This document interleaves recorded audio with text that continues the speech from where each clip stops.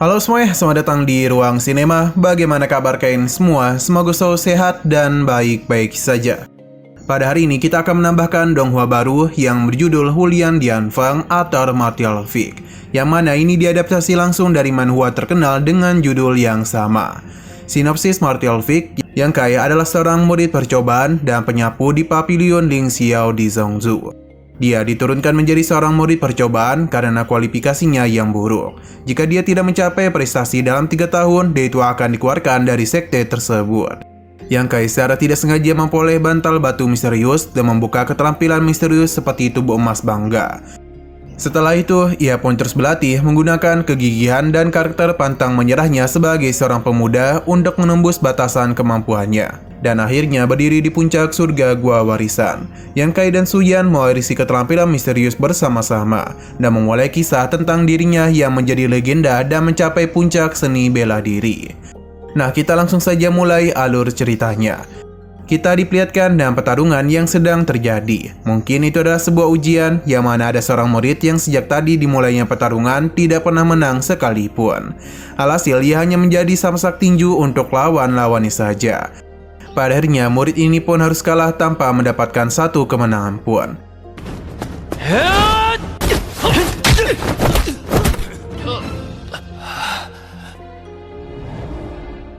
Kekecewaan terpampang jelas di wajah seorang tetua. Kita lalu dibawa ke puncak utama Pavilion Ling Xiao. Pria tadi diberitahu kalau ia telah terlahir dengan tulang yang buruk dan tidak cocok untuk latihan. Tetua ini menyarankannya untuk menyerah saja. Oh ya, nama murid ini adalah Yang Kai, karakter utama dari series ini. Ia memohon kepada tetua itu agar bisa tinggal di sini dan memberikannya kesempatan lagi.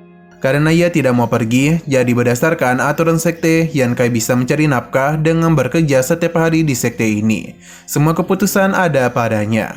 Tentu Yang Kai menerima hal tersebut. Namun tetua ini tetap memberikannya waktu.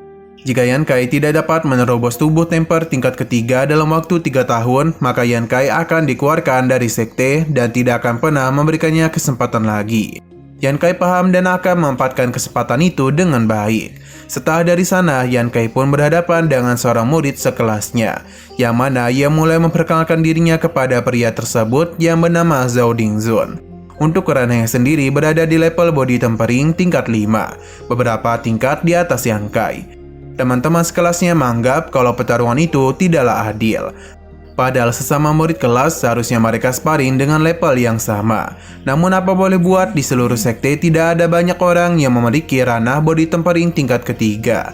Selain itu, mereka di sini adalah untuk mencari poin. Salah satu pria di sana mengingatkan mereka kalau sekte memiliki aturan tersendiri, yang mana semua murid diperbolehkan untuk memberikan tantangan setiap 5 hari sekali.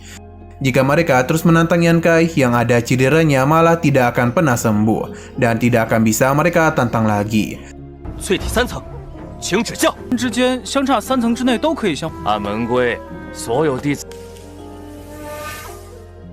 Yang Kai tengah mempersiapkan dirinya untuk bertarung dengan Zhao Dingzun. Dalam pertarungan ini terlihat jelas perbedaan kekuatan antara Yang Kai dan Zhao Dingzun. Namun beberapa murid cukup terkesan kepada Yang Kai karena meskipun tulangnya tidak begitu bagus, namun dia bisa bertahan selama 3 tahun di sekte. Bahkan ia terus bertarung sampai sekarat dan tidak pernah menyerah sekalipun. Beberapa orang menganggap kalau Yang Kai akan membuat rekor kemenangannya. Namun sepertinya itu tidak akan pernah terjadi. Sebab terlihat jelas kalau saat ini Yang Kai tidak bisa memberikan perlawanan apapun. Nah, di sini ada seorang wanita yang terus menyaksikan pertarungan itu. Walaupun Yang Kai tidak begitu kuat, namun ia tidak ada niatan untuk menyerah dari lawannya. Ia terus-menerus memberikan perlawanan terbaik yang bisa ia lakukan. Namun apa daya, semua itu tidaklah cukup dan pada akhirnya Zhao Dingzun berhasil membanting Yang Kai dengan telak.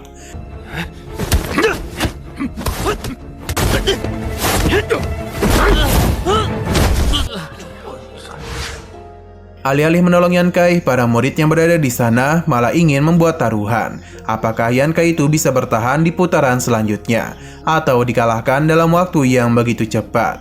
Yang Kai kembali bangkit dan langsung saja melancarkan serangan kepada Zhao Dingzun. Akan tetapi perbedaan kekuatan terlihat jelas di antara mereka berdua. Yang Kai yang masih berada di ranah body tempering tingkat ketiga tidak akan mungkin bisa mengalahkannya. Wanita ini pun mulai khawatir dengan kondisi Yang Kai. Entah kenapa Yan Kai itu sudah mulai bisa melihat pukulan lawannya dengan jelas. Jadi dia itu berencana untuk bangun. Zhao Dingjun menganggap pertarungan ini sudah selesai. Jadi dia berterima kasih kepada para murid yang telah menyaksikan pertarungan mereka. Namun lagi dan lagi Yan Kai kembali bangun. Para murid yakin ini ada pertama kalinya Zhao Dingjun menantang Yan Kai. Karena bagaimanapun Yan Kai tidak akan pernah berhenti bertarung meskipun telah terluka cukup parah. Ia pun kembali bangun dan meminta Zhao Dingjun untuk maju. Mau tidak mau, Zhao Dingjun pun akan meladeninya. Pertarungan pun kembali dimulai. Gadis ini sudah mengawasi Yan Kai dalam waktu yang cukup lama, yang membuat ia tahu kalau Yan Kai belum mengalami peningkatan level apapun. Bahkan ini ada pertarungan ke-148 Yan Kai, namun ia tidak memiliki satupun kemenangan. Kembali ke pertarungan yang mana pada akhirnya Yan Kai bisa memberikan serangan kepada Zhao Dingjun. Ini pun membuat para murid terkejut dan mentertawakan Zhao Dingjun karena bisa terkena pukulan oleh samsak tinju. 每5天就开了这第148场。我去，周鼎钧！ Pertarungan pun kembali dilanjutkan, yang mana sepertinya Zhao Dingjun sudah tidak mau bermain-main lagi. Ia pun terus-menerus melakukan serangan yang tidak bisa dihindari oleh Yan Kai. Bahkan pada akhirnya ia pun berhasil menangkap Yan Kai. Ia memintanya untuk segera menyerah saja daripada membuang waktunya. Namun Yan Kai tidak menjawab, yang membuat Zhao Dingjun akan meladeni pertarungan ini sampai Yan Kai benar-benar babak belur dibuatnya. Para murid yang kasihan kepada Yan Kai meminta untuk menyerah saja, karena poin yang dia dapatkan tidak ada gunanya jika Yan Kai terluka separah itu. Namun Yan Kai tidak peduli dan kembali beradu serangan. Namun yang ada, Yan Kai itu malah terpental. Salah satu murid yang bertaruh kepada Yan Kai merasa kesal karena ia dikalahkan dalam waktu yang cepat. Namun ketika ia ingin menendang Yan Kai, wanita tadi langsung menyerangnya dan membuat pria itu berlutut. Para murid sudah tahu kalau ada beberapa murid yang bertanggung jawab untuk mengamati pertarungan dan mencatat secara diam-diam. Jadi karena itulah peraturan pertarungan di sekte ini begitu kuat. Mereka pun sadar kalau sosok itulah yang melindungi Yan Kai.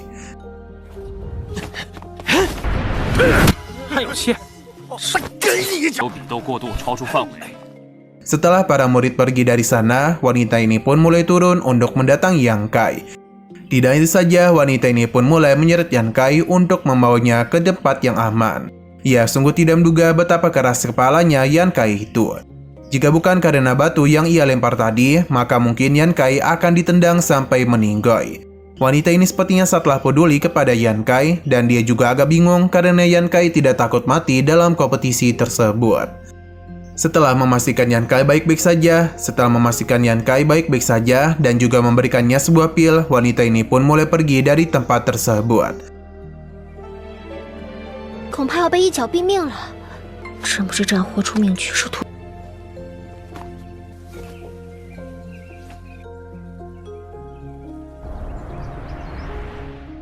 Sesaat kemudian, Yan Kai pun akhirnya terbangun juga dari pingsannya, yang mana hari sudah mulai gelap. Yan Kai benar-benar kecewa pada dirinya sendiri, karena tidak bisa berkembang, dan mungkin pertarungannya kali ini sedikit lebih buruk daripada sebelumnya. Yan Kai tidaklah tahu siapa yang membantunya, namun ia sangatlah berterima kasih kepadanya. Karena orang itu selalu saja menyaksikan setiap pertarungannya selama beberapa tahun, bahkan selalu memberikan obat pereda nyeri kepadanya. Yan Kai berjanji kalau suatu hari nanti dirinya akan memenangkan pertandingan besar, agar orang itu bisa melihat kemenangannya. Hanya saja Yan Kai tahu kalau itu tidak akan mudah dirinya lakukan. Apalagi waktu percobaannya selama 3 tahun tidak terasa akan selesai, dan dirinya ini belum kunjung naik ke tingkat 4 body tempering. Yan Kai penasaran apakah ia bisa bertemu dengan gadis itu sebelum dirinya dikeluarkan.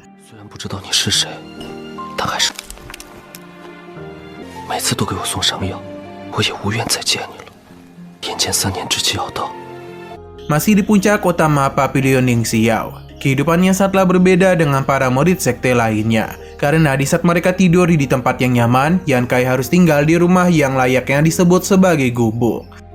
Yan Kai baru bisa merasakan betapa sakit luka memar yang ia terima. Obat pemberian dari gadis sebelumnya merupakan hal yang sangat berharga. Jadi Yan Kai akan menggunakannya dengan hemat. Ia pun mencampur hal itu dengan air lalu direndam pakai kain agar bisa ditempelkan ke luka di tubuhnya.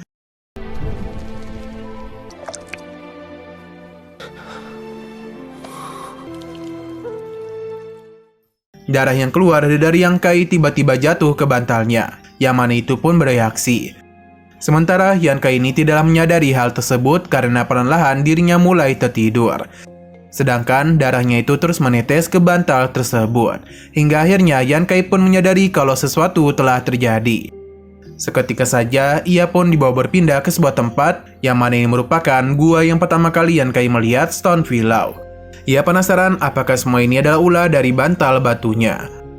Tangan Yan Kai yang penuh dengan darah menyentuh bantal itu yang seketika saja memperlihatkan tulisan, yakni setetes darah akan menjadi panduan untuk mendapatkan tubuh emas. Siapa yang mengira kalau bantal batu ini merupakan buku rahasia khusus? Jadi Yan Kai tidaklah sengaja meneteskan bantal ini dengan darah miliknya. Ternyata yang pergi ke sana bukanlah tubuh fisik Yan Kai, melainkan jiwanya saja. Di sana Yan Kai berusaha untuk mengikuti bantal emasnya, namun dia hampir saja jatuh ke tebing karena tidak melihat jalan di depannya. Sebuah suara pun memanggil Yan Kai sambil bertanya apakah ia ingin kembali bersaing dengannya. Serangan pun langsung Zhao Dingjun lancarkan kepada diri Yang Kai. Ini hampir saja membuat dirinya jatuh jika Yang Kai tidak berpegangan ke ujung tebing. 金神降临，是沾上了我的血才显现出里面。 Zhao Dingjun akan menyelamatkan Yang Kai selama ia itu mengaku kalah. Akan tetapi Yang Kai tidaklah mau. Alhasil Zhao Dingjun langsung saja menginjak jari jemari Yang Kai sampai berdarah. Yang Kai tahu betul kalau di hadapannya bukanlah Zhao Dingjun, melainkan orang lain. Sosok di hadapannya tidak perlu memperkenalkan dirinya. Karena yang penting ia ingin melihat Yan Kai yang tidak yakin pada dirinya sendiri dan memohon ampunan kepadanya. Ia sedang menunggu pengakuan Yan Kai sebagai orang yang tidak berguna. Namun jika ia tidak kunjung mengatakan hal tersebut, maka Yan Kai akan dirinya biarkan jatuh dan hancur berkeping-keping. Sosok ini pun membenarkan apa yang ia katakan dan Yan Kai langsung jatuh ke dasar tebing yang ternyata di bawah sana terdapat air. Yan Kai tentu saja tidak sadarkan diri. Ia juga mulai tenggelam dan di sana ada rantai yang langsung menahan Yang Kai. Dan di sana ada rantai yang langsung menahan dirinya. Ini pun membuat Yan Kai semakin sulit untuk bisa bernapas. Akan tetapi Yan Kai tidaklah menyerah. Darah yang terus mengalir dari tangannya pun menghancurkan rantai belenggu. Yan Kai pun berusaha untuk naik ke permukaan. Nah, tanpa dirinya ketahui, rantai yang ia hancurkan tersebut telah membelenggu sesuatu yang tertidur cukup lama. Yan Kai pun berhasil naik ke permukaan dan bisa bernapas dengan lega. Namun masalah tidak berhenti sampai di situ saja. Karena dari dasar air muncullah sosok yang membuat Yan Kai penasaran siapakah dia dan di manakah dirinya sekarang. Ternyata sejak tadi mereka hanya berada di lautan kesadaran Yang Kai saja.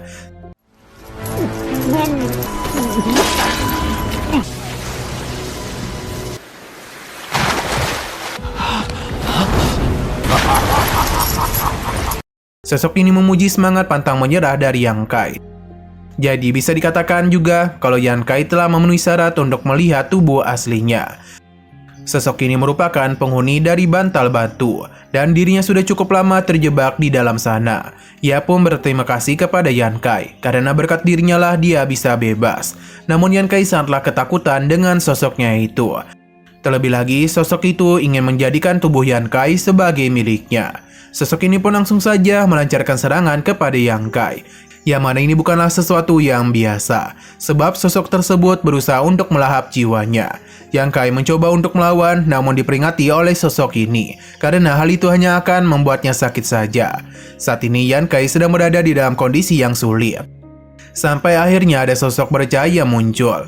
Ia meminta Yang Kai untuk tidak menyerah. Ia juga meminta untuk mengingat betapa sulitnya dia bisa masuk ke sekte dan selamat dari perundungan yang selalu menimpa dirinya. Tapi Yan Kai sadar betul kalau dirinya sudah tidak memiliki kesempatan apapun. Bahkan dirinya selalu kalah dari para murid lain dan tidak pernah menang sekalipun. Hanya saja sosok wanita ini terus memberikan semangat kepada Yang Kai karena perjuangannya tidak akan berakhir sampai di sini saja. Ia pun memberikan bantuan kepada Yang Kai dan ia juga memintanya untuk selalu mengingat agar tidak menyerah. Yang Kai paham, jadi dirinya pun akan mencoba untuk memberikan perlawanan.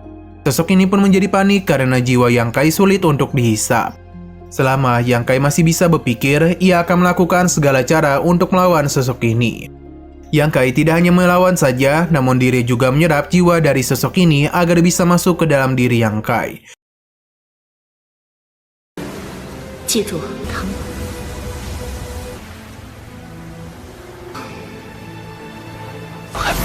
弃的时候。 Ia pun menjadi begitu senang karena setelah begitu banyak pertarungan yang ia alami, dirinya bisa menang juga. Kekuatan yang begitu besar pun seketika keluar dari dalam diri Yang Kai. Ini pun kembali membawanya keluar dari alam bawah sadarnya sendiri. Yang Kai berpikir tadi itu hanyalah mimpi saja. Namun ia mulai merasakan ada yang berbeda pada tubuhnya. Karena bagaimanapun bekas luka tubuhnya telah menghilang. Tidak itu saja, bantal batunya juga hilang. Ia pun meyakini kalau apa yang dirinya mimpikan itu semuanya adalah kenyataan. Ia pun mulai berpikir kalau sekarang dirinya telah menjadi kuat. Namun ketika bergerak, Yang Kai merasakan tubuhnya sangatlah berat. Ketika ia memikirkan tentang bantal batu tadi, seketika saja sesuatu muncul di tangan Yang Kai. Ia penasaran bagaimana hal ini bisa terjadi, dan mungkin legenda yang pernah ia dengar itu benar adanya. Yang mana ada legenda yang mengatakan kalau harta rahasia yang disebut sebagai batu jiwa itu dapat membuat ruang sesuai keinginan penggunanya. Apakah buku hitam itu terbuat dari batu jiwanya? Jadi Yang Kai segera menutup pintunya agar orang lain tidak tahu kalau dirinya memiliki harta ini. Karena jika tidak, Papilion Lin Xiao akan digulingkan. Daripada takut, Yang Kai memilih untuk mencari metode ajaib pada buku hitam tersebut. Ini sangatlah serius, jadi Yang Kai harus menjadi lebih kuat sehingga orang lain tidak berani mencuri sesuatu dari dirinya. Dari berbagai teknik yang ada di sana, Yang Kai bisa melihat ada tubuh emas. 开辟空间，玉器丹经书就是由镇魂石制成的。古金山，看来。 Yang mana itu merupakan kerangka yang baru saja Yang Kai hisap. Jadi bisa dikatakan ini adalah langkah pertama untuk menguasai berbagai metode di dalam buku itu. Yang Kai pun segera membukanya untuk mencari tahu apa yang harus dirinya lakukan.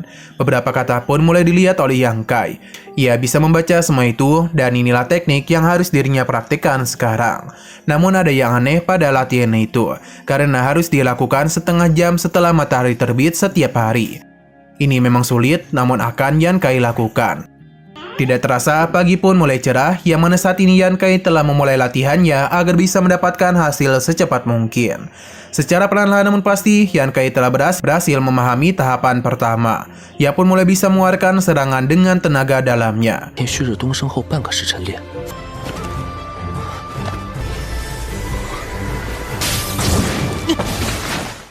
Ketika sedang asik berlatih, Yang Kai mulai merasakan ada yang aneh. Karena dia itu selalu merasakan ada orang di dekatnya. Yang mana ia takut kalau rahasia ini akan diketahui oleh orang lain. Setelah semua itu, lonceng Papilion pun mulai berbunyi.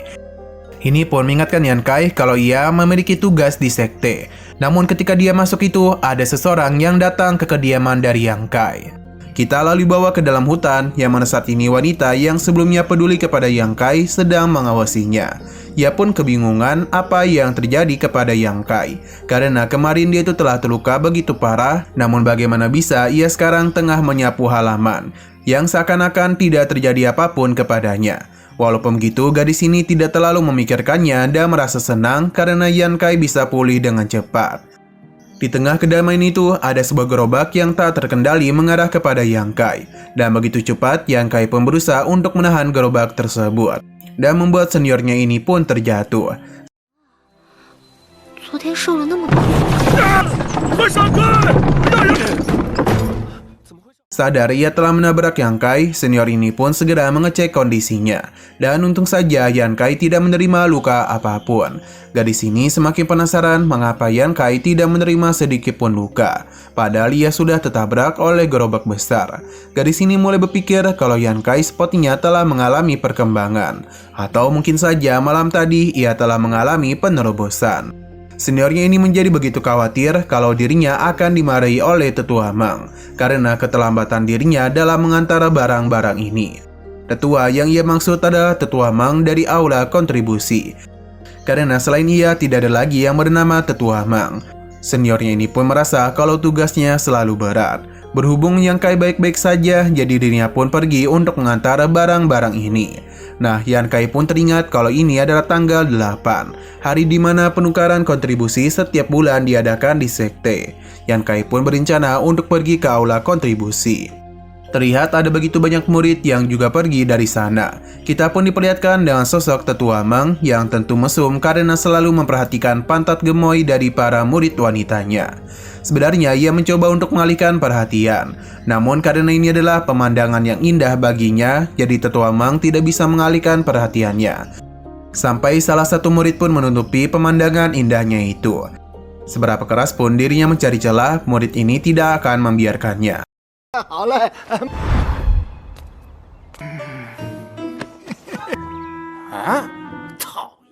Nah, dalam perjalanan pulangnya itu, murid ini pun berpapasan dengan Yang Kai. Yang Kai dan refleks cepatnya menahan dompetnya itu. Hanya saja murid ini salah paham dan mengira kalau Yang Kai telah sangat berani mengambil dompetnya. Yang Kai pun berusaha untuk menjelaskan kesalahpahaman tersebut. Jadi dia itu hanya berencana untuk mengembalikannya saja. Tapi murid ini tidak percaya kepadanya. Terlebih lagi kepada murid percobaan sepertinya. Namun murid ini tertarik dengan betapa cepatnya tangan Yang Kai. Berhubung ia tidak mau membesarkan kejadian itu, jadi murid ini pun meminta Yang Kai untuk bersujud dan meminta maaf kepadanya. Tentu Yang Kai tidaklah mau, karena bagaimanapun ia tidak berbuat seperti apa yang dia katakan. Berhubung Yang Kai tidak mau mengakuinya, maka murid ini pun akan menggunakan hukum aturan Papilion Ning Xiao yang mana dirinya akan memberikan jurus rahasia Papilion kepadanya. Di saat hendak melancarkan serangan, ia malah berlutut di hadapan Yang Kai. Yang Kai pun merasa kalau teknik rahasia Papilion ternyata adalah berlutut di hadapan lawannya. Murid ini berpikir kalau Tetua Meng lah pelakunya. Dan perasaan yang begitu kesal, ia pun pergi dari tempat itu sambil menahan rasa sakit di lututnya. Namun dia berjanji kepada Yang Kai akan memberikan pelajaran kepadanya. Yang Kai sudah terbiasa dengan semua itu, karena para murid resmi selalu saja sombong, terutama kepadanya yang adalah murid percobaan.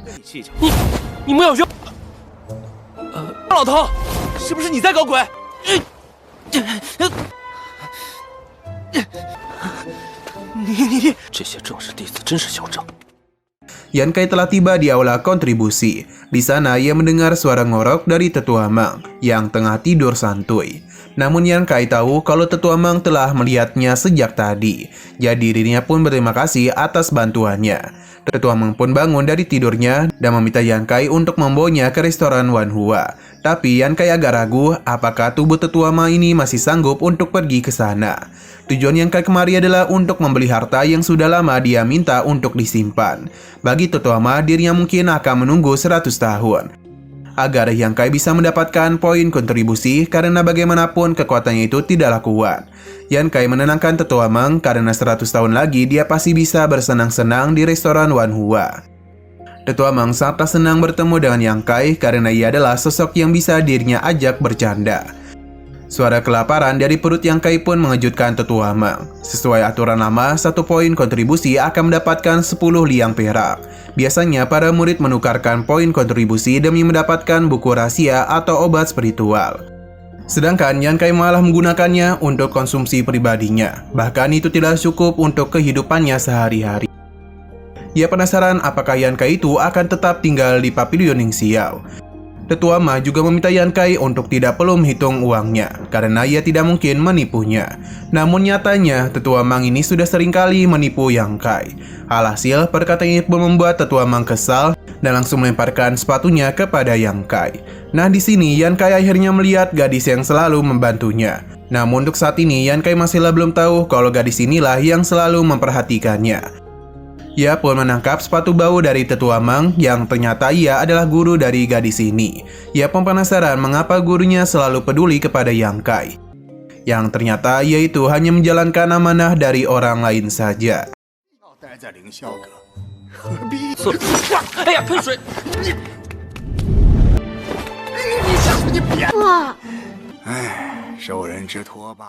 Siang berpindah ke kota Wuwei, yang mana Yang Kai kemari tentu untuk mencari bahan-bahan kebutuhannya. Kita pun diperlihatkan kepada Paman He yang hampir saja jatuh. Untung saja Yan Kai datang di waktu yang tepat untuk menyelamatkannya.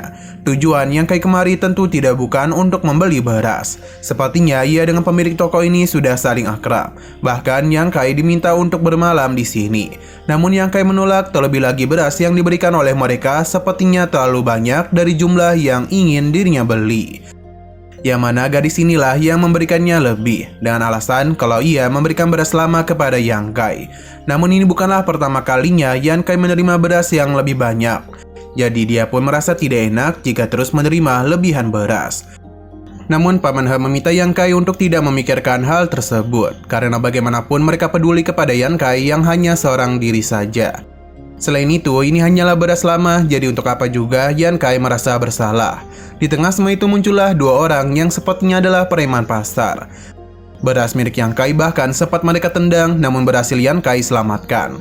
Alasan kedua preman pasar ini kemari karena menganggap beras dari keluarga He beracun. Tentu apa yang dia katakan membuat mereka terkejut. Terlebih lagi, ia meminta mereka untuk melihat saudaranya ini. Dulu dirinya memiliki badan yang sangatlah kekar.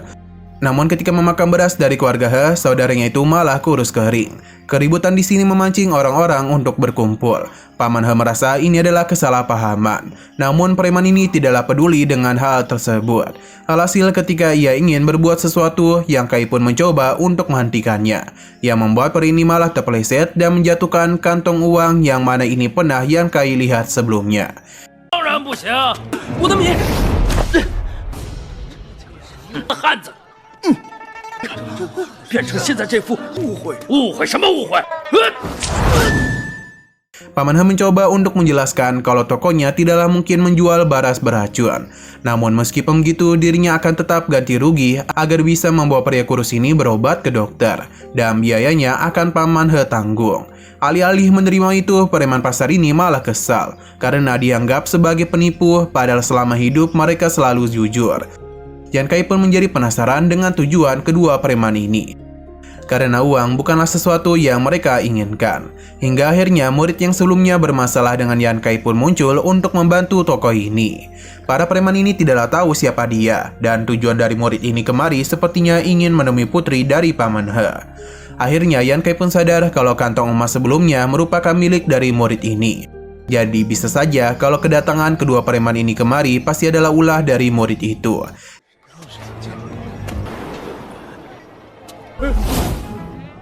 我记得这个麒麟钱袋。 Yan Kai akan melihat dulu apa yang akan mereka lakukan. Kita masih berada di kediaman dari keluarga He, yang mana beberapa orang mulai berkumpul di sini. Melihat kedatangan dari Sumu membuat kedua preman ini ketakutan. Bagi Sumu, kondisi mereka tidaklah seperti terkena racun.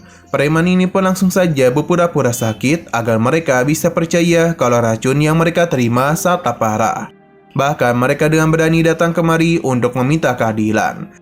Selain itu, tujuan mereka kemari adalah untuk memberitahu para pelanggan lain agar bisa tahu wajah asli pemilik jahat itu.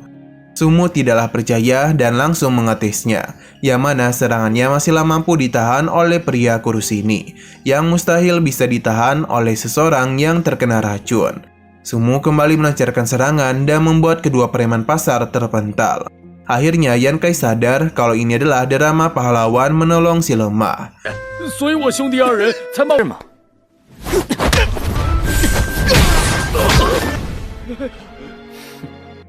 Kedua preman ini penasaran siapakah dia karena berani ikut campur dalam urusan mereka. Pada akhirnya Sumu pun memperkenalkan dirinya sebagai murid dari Papilion Ling Xiao. Pada akhirnya Sumu pun memperkenalkan dirinya sebagai murid dari Papilion Ling Xiao. Mendengar hal itu seketika saja membuat kedua preman terkejut dan berencana untuk pergi. Namun mereka memintanya untuk selalu mengingat kalau suatu hari nanti mereka pasti akan balas dendam. Sumu pun meminta mereka untuk segera pergi agar menyelesaikan sandiwara mereka. Akan tetapi Yan Kai tidak niatan untuk membiarkan mereka pergi begitu saja, karena bagaimanapun drama ini belumlah selesai. Yan Kai pun melempar mereka keluar dari toko dan memberitahu kepada para pemilik toko lainnya kalau mereka tidak boleh membiarkan kedua preman ini pergi begitu saja tanpa memberikan pelajaran. Hari ini toko keluarga He telah menjadi incaran mereka. Bisa saja di kemudian hari toko pakaian keluarga Liu atau bahkan toko palu keluarga Jiang yang akan mereka incar. Apa yang Kai katakan telah menyadarkan para pemilik toko kalau yang dikatakan Yan Kai bisa saja terjadi. Jika terus dibiarkan, maka kedua preman ini pasti akan menimbulkan masalah lagi, dan mereka tidaklah mungkin seberuntung Pak He. Jadi pada hari ini mereka harus membereskan masalah itu. Pada akhirnya semua orang pun mulai mengepung kedua preman ini dan memberikan pukulan-pukulan manja kepada mereka. Melihat apa yang terjadi membuat Yan Kai menjadi panik. Dia meminta untuk tidak terus memukuli kedua preman karena bisa saja mereka itu meninggoy. Melihat mereka yang tidak bisa bergerak lagi membuat para pemilik toko ketakutan. Karena bisa saja kedua orang ini sudah meninggoy. Untung saja kedua preman masihlah hidup dan mencoba untuk meminta pertolongan kepada Sumu. Tidak mau rencananya ketahuan, Sumu pun tidak mau membantu kedua preman.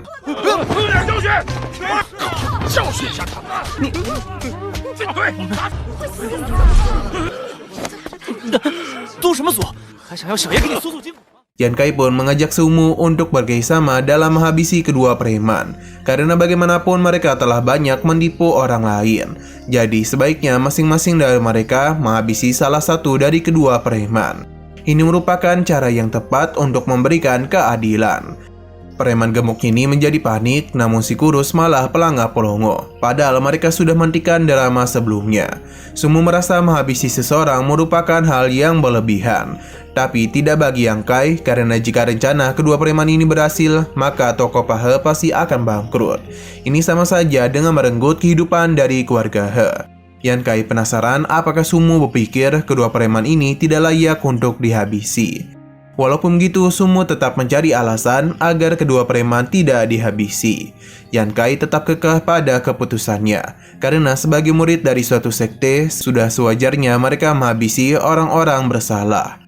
Yan Kai pun mulai berpikir apakah mereka saling kenal satu sama lain. Kini Yan Kai pun memulai rencananya untuk membongkar kerjasama Sumu dengan kedua preman. Dengan mengatakan kalau kantong uang Sumu ada pada kedua preman itu. Jadi apakah dia telah bekerjasama dengan mereka? Sumu tidaklah membenarkan hal itu. Mungkin mereka telah mengambilnya ketika ia tidak sadar.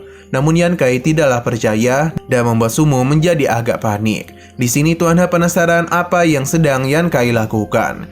Yan Kai kembali meminta Sumu untuk mengambil tindakan, karena sudah jelas kalau kedua preman ini telah meresahkan para warga dan bahkan telah mencuri uangnya. Jadi mereka tidaklah boleh membiarkan kedua orang ini lolos. 你那漂亮的妻，那偷的，大义还是私情？师弟。 Yan Kai memintanya untuk tidak takut karena ada dia di sini. Sumu tidak takut, apalagi dia hanya perlu menghabisi satu orang saja. Sumu pun mengambil tindakan yang membuat kedua preman ini menjadi panik. Apalagi sepertinya Yan Kai dan Sumu terlihat sangatlah serius. Kedua preman ini pun menjadi begitu kesal kepada Sumu karena telah mengkhianati mereka. Padahal mereka sudah sepakat untuk menghancurkan toko beras Pahe dan Sumu datang untuk menyelamatkan keluarga He. Tapi siapa yang mengira kalau Sumu malah ingin menghabisi mereka berdua. Sumu tidaklah membenarkan hal itu, namun pengakuannya langsung dibungkam. Karena kedua preman ini memberitahu kepada semua orang yang ada di sana kalau tujuan mereka mengganggu toko Pahe adalah perintah dari Sumu. Karena bagaimanapun ia itu telah tertarik kepada putri Pahe, namun gadis ini tidaklah tertarik kepadanya. Maka karena itulah Sumu melakukan tindakan ini agar bisa menarik perhatiannya. Dengan kondisi seperti ini sudah jelas kalau Sumu sedang terpojok. Terlebih lagi keluarga He sudah tidaklah percaya kepadanya. Padahal Sumu yakin ini adalah rencana Yan Kai. Sumu berjanji akan membalas apa yang telah dia lakukan pada hari ini. Sumu pun pergi dan perasaan yang begitu malu dan tidak bisa berbuat apapun lagi.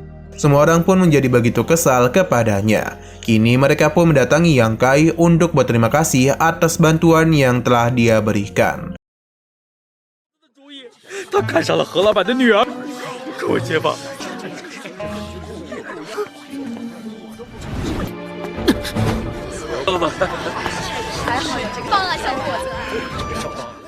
Setelah semua itu, Tuan He ingin memberikan hadiah kepada Yan Kai. Namun ia menolak pemberiannya karena ia itu sama sekali tidak mengharapkan imbalan apapun. Putri Tuan He berterima kasih kepada Yan Kai karena berkatnya toko mereka masih bisa selamat. Yan Kai tidaklah mempermasalahkan hal itu. Sepertinya gadis ini memiliki sebuah perasaan kepadanya. Nah, di sini Tuan He takut hal buruk akan terjadi kepada Yan Kai karena dia itu telah berani menyinggung Sumu. Namun Yan Kai memintanya untuk tidak perlu khawatir, karena bagaimanapun sekte memiliki peraturan yang ketat.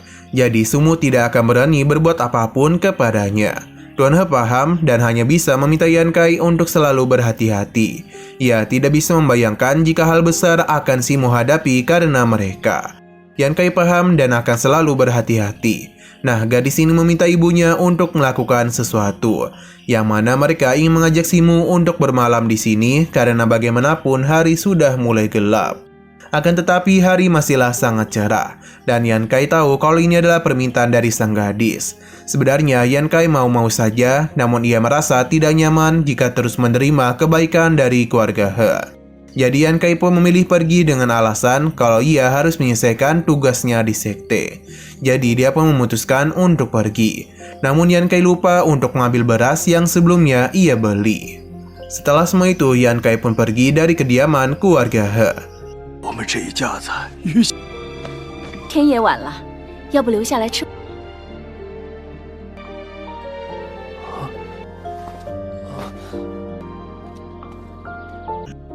Kita lalu dibawa berpindah ke tempat kediaman Yang Kai. Setelah membersihkan wajahnya, Yang Kai pun kembali membuka buku hitamnya untuk mempelajari teknik selanjutnya. Di sini ia penasaran dengan apa yang ada di halaman ketiga. Ketika ia membukanya, muncullah sebuah tungku. Yan Kai menjadi begitu senang karena sepertinya ia akan berhasil menembus body tempering tingkat keempat pada besok pagi. Jadi dengan begitulah dirinya bisa melihat misteri pada bagian selanjutnya. Sebuah teks pun muncul untuk membimbing Yang Kai mengenai cara penggunaan tungku itu. Yan Kai hanya perlu membakar beberapa bahan obat ke dalam tungku ini, dan aroma yang keluar akan membantu peningkatan kekuatannya. Bahan-bahan yang dia perlukan adalah bunga jiwa tersembunyi 3 daun dan juga rumput kayu mati. Bahan-bahan ini sama sekali tidaklah Yan Kai ketahui. Bahkan ia tidak pernah mendengar orang-orang membicarakan tentang bahan-bahan itu. Yan Kai berkeyakinan kalau kedua bahan ini akan membantunya berkultivasi. Walaupun begitu, ada beberapa keraguan yang masih menyelimuti hati Yang Kai. Tapi lebih baik dirinya mencoba daripada terus penasaran. 所以能看到这新野的玄机了。这一箱才是辅助修炼的东西。提起过呀，这2种药，3叶藏魂花，还不如拼一把。他见多识广，肯定。 Besok Yang Kai akan bertanya kepada Tetua Meng mengenai kedua bahan tersebut, karena dia itu memiliki informasi yang begitu melimpah. Pada keesokan harinya, Yan Kai pun segera pergi ke aula kontribusi untuk menemui Tetua Feng yang masih tertidur. Ia pun terbangun karena kedatangan dari Yang Kai. Kedatangan Yang Kai kemari adalah untuk meminta nasihat kepadanya. Ia langsung bertanya mengenai bunga jiwa tersembunyi 3 daun dan juga rumput kayu mati jadi. Tetua Meng mengetahui hal itu dan mengeluarkan sebuah buku, yang mana buku ini berisikan bahan-bahan herbal yang dicari oleh Yang Kai. Akan tetapi Yang Kai merasa ada yang salah, karena buku itu mengatakan kalau kedua bahan yang dirinya cari itu beracun, bahkan jika dihirup akan membahayakan nyawa manusia. Tetua Meng memberitahu kalau apa yang ada di buku itu memang benar adanya. Ia pun penasaran untuk apa Yang Kai mencari kedua bahan ini. Untung saja aula kontribusi memiliki bahan-bahan itu. Tetua Meng akan memberikan satu bahan kepadanya. Namun Yan Kai tidaklah bisa menerima hal itu. Karena bagaimanapun poin kontribusinya tidaklah banyak, tapi Tetua Meng akan memberikannya secara gratis. Apalagi kedua bahan obat ini tidak memiliki nilai yang begitu banyak, karena memiliki racun yang kuat, jadi hanya sedikit orang saja yang membelinya. Namun karena Yang Kai terlalu miskin untuk membeli herbal yang sudah murah itu, jadi satu-satunya cara bagi Tetua Meng untuk membantunya adalah memberitahu di mana kedua herbal ini bisa ditemukan. Yan Kai berterima kasih atas kebaikan Tetua Meng. Ia pun menjadi agak bingung kenapa Tetua Mesum ini begitu murah hati kepadanya. Yan Kai diminta pergi ke pegunungan angin hitam yang berada di sebelah timur Pavilion Ling Xiao. Di sanalah dua herbal yang dicari-cari berada. Tetua Meng memberikan buku itu agar memudahkan Yang Kai dalam menemukan herbal yang dia cari. Yan Kai meminta Tetua Meng untuk memberitahu keinginannya, karena tidak mungkin ia sebaik itu kepadanya. Yang tentu saja Tetua Meng ingin meminta Yan Kai mencari beberapa obat, karena bagaimanapun ia sedang ingin bersantui dulu. Herbal yang perlu Yang Kai cari adalah rumput gigi tajam dan henggenzi yang merupakan ulian berdaun pendek. Tetua Meng tidak meminta banyak, mungkin selusin saja sudah cukup. Selain itu, Tetua Meng akan memberikan beberapa poin kontribusi kepada Yan Kai atas usaha yang dia lakukan. Yan Kai sudah menduga kalau Tetua Meng hanya ingin bersantui-santui saja. Yan Kai pun berterima kasih kepadanya. Berhubung Yan Kai akan melakukan perjalanan, jadi Tetua Meng akan memberitahu ke beberapa tetua lainnya kalau Yan Kai akan libur selama 3 hari. Jadi selama waktu itu, Tetua Meng meminta Yan Kai untuk segera kembali, karena bagaimanapun dia memiliki begitu banyak pekerjaan. Yan Kai paham dan sekali lagi dia berterima kasih kepadanya. Tetua Meng pun kembali melanjutkan tidur cantiknya. 根枝啊、短叶五莲什么的，看点贡献点嘛，肥水不流。不过还是谢了。下，记得按时回来啊，一天可回不来。正好，哪有这么多贡献的？哎，这小子还冤情。 Setelah semua itu, Yan Kai pun melihat pegunungan angin hitam. Tidak heran mengapa perjalanan ke sana membutuhkan waktu 3 hari. Di sana, ia terlebih dahulu mencari beberapa herbal yang diinginkan oleh Tetua Meng, yang mana permintaannya itu sangatlah banyak dan hampir memenuhi keranjangnya. Di sini Yan Kai masihlah kebingungan mengapa kedua herbal yang dia cari memiliki racun yang kuat. Di tengah perjalanannya itu, dirinya pun merasakan sesuatu, yang mana itu adalah babi hutan. Seseorang pun meminta Yan Kai untuk pergi, karena mereka akan menyerang babi hutan itu. Serangan ini pun berhasil menumbangkan babi hutan. Ayah dan anak pun muncul dan meminta Yan Kai untuk bersembunyi di belakang mereka, karena serangan tadi masihlah belum bisa menghabisi babi hutan. Dan benar saja, babi hutan pun kembali bangun dan bersiap untuk melakukan pertarungan. Akan tetapi, ayah dan anak ini tidak membiarkan hal itu terjadi. Serangan pun kembali mereka lancarkan yang membuat babi hutan itu mengamuk. Sadar kalau mereka tidaklah bisa melawannya, Yang Kai pun segera melindungi bocil ini dari serangan babi hutan. Meskipun babi hutan ini sudah menabrak sebuah pohon, namun bukan berarti ia akan kalah begitu saja. Bahkan anak panah dari pria ini tidak lagi bisa menembus kulitnya. Alhasil satu-satunya cara untuk selamat adalah pergi melarikan diri. 大户，别让野猪冲撞了！你们俩快！ Pria ini mencoba untuk terus melontarkan anak panahnya, namun tak kunjung menumbangkan babi hutan. Yan Kai mencoba untuk memikirkan cara lain hingga dia pun ingat kalau kekuatannya sudah berkembang. Jadi jika hanya seekor babi hutan saja, seharusnya Yan Kai masihlah bisa mengalahkannya. Dalam pertarungan ini, Yan Kai bisa dengan mudah menumbangkan babi hutan. Ayah dan anak itu pun senang karena bisa menangkap babi hutan. Mereka pun berterima kasih kepada Yan Kai karena ia itu sangatlah hebat. Ternyata ayah dan anak ini sudah sering pergi ke pegunungan hanya untuk menangkap babi hutan. Sebenarnya jebakan sudah mereka siapkan, namun babi hutan malah pergi untuk mengincar Yan Kai. Di sini Yan Kai akhirnya tahu kalau mereka sepertinya cukup familiar dengan pegunungan angin hitam. Jadi dirinya pun menanyakan kepada mereka apakah ada tanah tandus di pegunungan angin hitam. Sepertinya ayah dan anak ini mengetahui suatu tempat, karena di lereng bukit yang ada di arah timur memiliki area yang tandus. Orang-orang menyebutnya sebagai tanah kematian San Yin. Tempat ini sangatlah besar dan sama sekali tidak ada tanaman. Yan Kai paham dan memohon petunjuk dari mereka. Berhubung jalan untuk pergi ke sana cukup sulit, jadi merekalah yang akan mengantar Yan Kai untuk pergi ke sana. Perjalanan pun mereka lakukan, dan Yan Kai pun berhasil menemukan 2 rumput kuning. Tanaman ini hanya bisa tumbuh di tempat yang tidak ada sehelai rumput pun yang tumbuh. Yan Kai pun segera mengambilnya. Dengan begini, satu bahan yang dia cari sudah ada. Yan Kai berterima kasih atas bantuan mereka. Karena jika bukan bantuan mereka, mungkin Yan Kai akan membutuhkan waktu beberapa hari dalam mencari tanaman itu. Ayah dan anak ini penasaran mengapa Yan Kai mencari tanaman obat sendirian. Pada akhirnya Yan Kai pun memperkenalkan dirinya sebagai murid dari Papiliun Ning Xiao, dan tujuannya kemari adalah untuk meningkatkan kekuatannya. Inilah pertama kalinya ayah dan anak itu bertemu dengan seorang kultivator. Sayang sekali Yan Kai masih belum menemukan satu bahan lagi, yang mana keberadaannya itu juga tidak dia ketahui. Pria ini memintanya untuk beristirahat dulu karena hari sudah mulai gelap dan pegunungan akan sangat bahaya di waktu malam. Terlebih lagi Yang Kai hanya sendirian dan tidak ada yang bisa melindunginya. Jadi karena itulah mereka pun mengajak Yang Kai untuk beristirahat di sini sambil mereka lindungi. Yang Kai paham dan berterima kasih atas kebaikan mereka. 所生之处寸草不生。这么看来，你小小山里晚上危险，人多。带下凌霄阁弟子前来采药，我就在此处与我们一同休息。 Keesokan paginya, Yan Kai menyadari kalau ayah dan anak ini sudah pergi. Jadi ini adalah waktu yang tepat bagi Yang Kai untuk kembali melakukan pelatihan. Secara perlahan namun pasti kekuatan Yan Kai telah berkembang. Padahal itu baru beberapa hari berlatih, namun perkembangan yang dia dapatkan cukup pesat.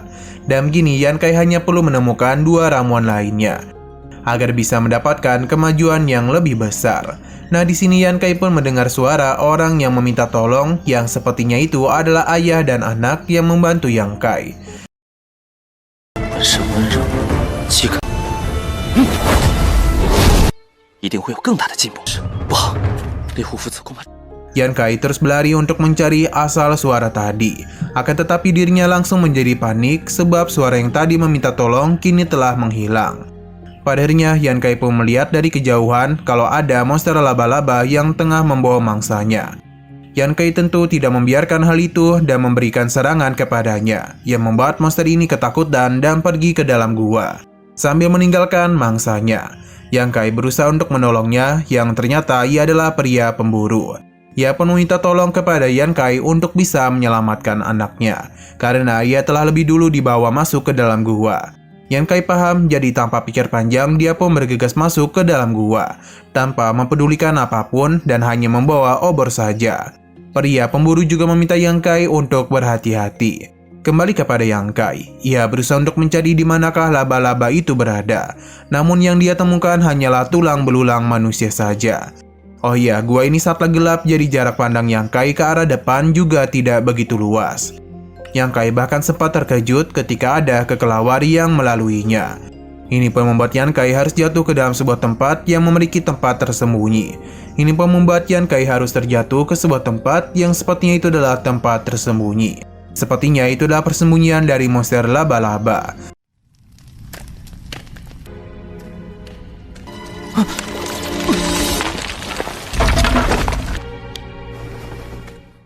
Yan Kai pun kembali melakukan pencarian namun tidak kunjung menemukannya. Sampai akhirnya dia pun menemukan laba-laba itu yang telah melilit anak pemburu. Yan Kai tahu itu adalah monster tingkat 1, jadi dia harus segera bertindak daripada nanti terlambat. Hanya saja Yan Kai itu masih berada di ranah body tempering tingkat 5. Seharusnya dan kekuatan yang ia miliki saat ini tidaklah bisa mengalahkan monster tingkat 1. Terlebih lagi dia itu belumlah menguasai kekuatannya. Namun Yan Kai harus bertindak karena takutnya monster ini akan memakan anak pemburu. Serangan yang dia lakukan pun berhasil menyelamatkan anak pemburu. Namun bukan berarti monster ini akan diam saja dan langsung menyerang balik Yang Kai. Yan Kai tentu tidaklah mau dihamili oleh laba-laba itu dan mencoba untuk memberikan perlawanan kepadanya. Untung saja taringnya itu terlalu pendek, jadi tidak bisa melukai Yang Kai.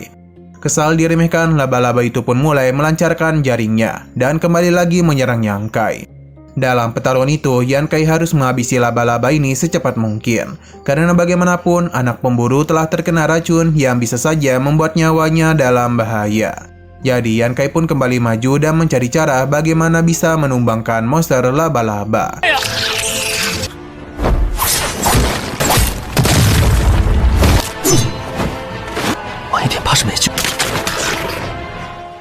Yan Kai sudah tidak memikirkan apapun lagi, selain mengalahkan laba-laba itu dengan kekuatan yang dia latih. Sayang sekali Yan Kai terlalu pede sampai-sampai tidak menyadari serangan dari laba-laba, yang membuat lengannya pun harus terluka. Yan Kai pun mencoba untuk menahan luka ini dan langsung saja melancarkan serangan balik kepada lengan laba-laba ini sampai terputus. Dan tubuhnya ini Yan Kai pun telah menyadari kalau luka tadi tidaklah terasa sakit. Bahkan darahnya juga berhenti mengalir keluar. Sepertinya inilah kekuatan dari tubuh emas.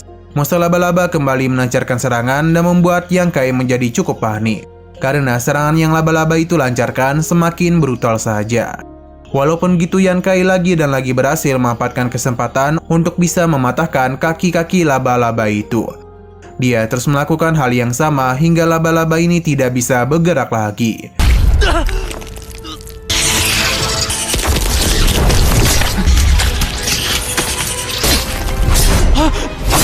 Yan Kai mencoba untuk memberikannya siksaan, tapi laba-laba ini segera naik ke atas untuk menghindari penyiksaan dari Yan Kai. Ini pun membuat Yan Kai tidak kehabisan akal. Dia langsung saja menyalakan kembali obornya dan ingin melihat apakah laba-laba itu bisa melompati lingkaran api miliknya. Dan begitu cepat api ini langsung merambat dengan begitu mudah dan langsung membakar laba-laba ini hingga terjatuh. Merasa pertarungan telah selesai, Yan Kai pun bergegas mendekati anak pemburu untuk memeriksa kondisinya. Untung saja Denny masihlah baik-baik saja, tapi ternyata laba-laba tadi masihlah bertahan hidup dan kembali menangkap Yan Kai dengan jarinya. Tidak hanya itu saja, ia langsung menusuk Yan Kai dengan kakinya. Ini pun membuat luka Yan Kai semakin parah saja. Namun dia tetaplah bertahan. Yan Kai pun memanfaatkan kaki laba-laba yang ada di sampingnya untuk melepaskan jaring ini. Setelah semua itu, Yan Kai pun kembali melancarkan serang balik kepadanya. Kali ini Yan Kai akan menggunakan tubuh emasnya untuk melawan monster laba-laba. Beberapa pukulan manja terus saja Yan Kai lakukan sampai akhirnya monster itu tidak tahan dan harus meninggoy. Ini serta pantas bagi monster pendosa sepertinya. 还忘这一口！ 降临，神功不成，死有余辜。 Yan Kai pun bergegas mengangkat anak ini dan membawanya keluar. Di sisi luar gua, terlihat sang pemburu yang telah berhasil melepaskan diri dari jaring yang melilitnya. Ia pun melihat Yan Kai bersama putranya. Ini pun membuatnya senang, akan tetapi putranya itu telah terkena racun. Untung saja Yan Kai telah membaca buku herbal dan tahu mengenai penawar dari racun ini. Ia pun segera mencari tanaman obat di dalam sarang laba-laba. Dan benar saja di sana ada beberapa bahan yang dia perlukan. Dan di sana juga ada bahan yang dibutuhkannya untuk meningkatkan kultivasinya. Yan Kai pun membuat penawarnya dan segera menempelkan hal itu kepada anak ini. Dan obat itu akan menahan aliran racun pada jantungnya. Namun efek obat ini akan membutuhkan waktu beberapa jam. Mendengar hal itu, sang pemburu pun berterima kasih kepadanya. Ia tidak tahu bagaimana cara membalas kebaikannya. Bahkan dia bersedia membayar Yan Kai dan harga apapun, karena dia itu telah menyelamatkan nyawa putranya. Yan Kai meminta untuk tidak melakukan hal itu dan anggap saja ini bayaran atas makanan yang telah ia makan. Meskipun telah Yan Kai obati, Zheng harus tetap membawa putranya ke klinik agar lukanya itu bisa disembuhkan dan meminta dokter untuk mengecek kondisinya. Zheng paham, tapi secara tiba-tiba ia pun meminta Yan Kai untuk melepaskan pakaiannya, yang tentu membuat Yan Kai panik. Tapi ternyata Zheng itu hanya ingin menjahit baju Yan Kai saja. Jadi untuk apa juga dia itu seheboh ini? Yan Kai paham dan melepaskan pakaiannya. Di sini Zheng mulai bercerita kalau ialah yang membesarkan putranya seorang diri. Sebagai pemburu yang sering masuk ke dalam hutan, tentu pakaiannya sering kali sobek. Ini pun membuat keahlian menjahitnya semakin hebat. Zheng berharap bantuan kecilnya ini bisa membantunya. Yan Kai tidaklah mempermasalahkan hal itu. Apalagi berkat merekalah dia telah menemukan bunga sisa jiwa 3 daun yang ternyata ada di dalam gua laba-laba. Bunga ini hanya bisa tumbuh di banyak tulang belulang saja. Yan Kai tidaklah menduga kalau bunga ini bisa dia temukan. Dan begini Yan Kai telah mengumpulkan bunga sisa jiwa 3 daun dan juga rumput kayu kematian. Semua itu telah terkumpul. Hanya saja ada satu tanaman yang tidak dia ketahui. Tapi bunga ini berada dekat dengan bunga sisa 3 daun. Ia akan menanyakan tentang bunga ini kepada ketua Meng. 好手艺，能够帮到恩人把孩子拉扯大。 都说三叶残魂花，我见那蜘蛛吃了不少动物，得来全不费功夫啊！哼，现在三叶残魂跟着三叶残魂花长在一起。 Zheng kembali berterima kasih kepadanya. Hanya saja Yan Kai meminta untuk tidak terlalu berterima kasih dan lebih baik memberikan dia itu baju karena bagaimanapun Yan Kai sedang kedinginan. Setelah semua itu, keesokan harinya Yan Kai pun pergi kembali ke sektenya. Akan tetapi dia itu dikejutkan dan beberapa murid yang sedang berkumpul di depan kediamannya. Yang mana ia penasaran apa yang telah terjadi. Terlebih lagi orang-orang ini telah membawa obor padahal masih di siang hari. Nah, sayang sekali lagi seru-serunya, episodenya pun harus bersambung dulu. Oke, sekian dulu pada video kali ini. Untuk list selanjutnya akan segera hadir. Jadi bagi kalian yang ingin mengikuti series ini, langsung saja klik subscribe dan aktifkan loncengnya. Terima kasih yang sudah menonton video sampai habis. Jika kalian suka pada video ini, klik like dan share ke teman-teman kalian tentang channel ini. Dan ditunggu aja kelanjutannya. Oke, sampai jumpa di video selanjutnya.